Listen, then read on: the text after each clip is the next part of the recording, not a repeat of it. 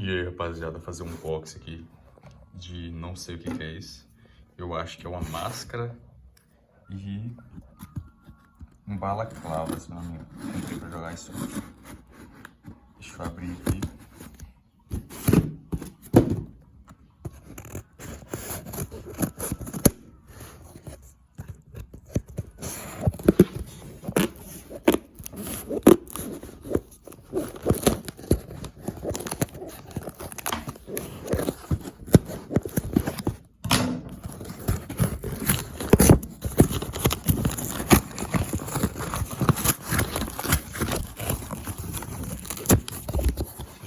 Abrimos. Ah, esses aqui são os óculos. Fiz 4 pedidos e eles ainda estão chegando. Óculos da Uvex. Vamos dar uma olhadinha neles.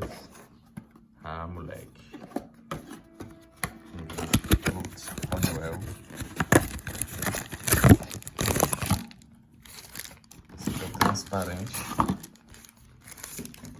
Esse aqui é o escuro. Comprei dois. Um escuro e um transparente.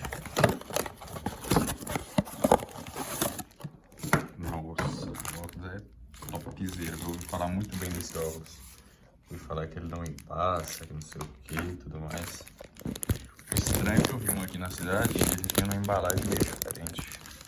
E dá a suspeitar que depois tem muita réplica rolando por aí. Deixa eu abrir aqui. Isso aqui é meio chato pra abrir.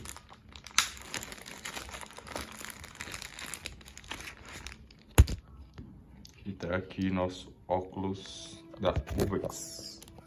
Caramba, olha só, ele é diferente do modelo que tem aqui mesmo. Mas ele tem essa entradinha ali em cima para entrar um ar. Bem arredondado. E protege até a lateral dos olhos. Vamos ver esse outro aqui, escuro. Caramba, topzera.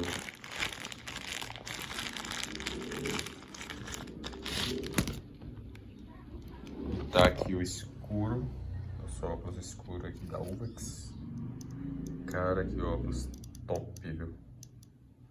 Vou deixar o link aí de onde eu comprei na descrição. Valeu!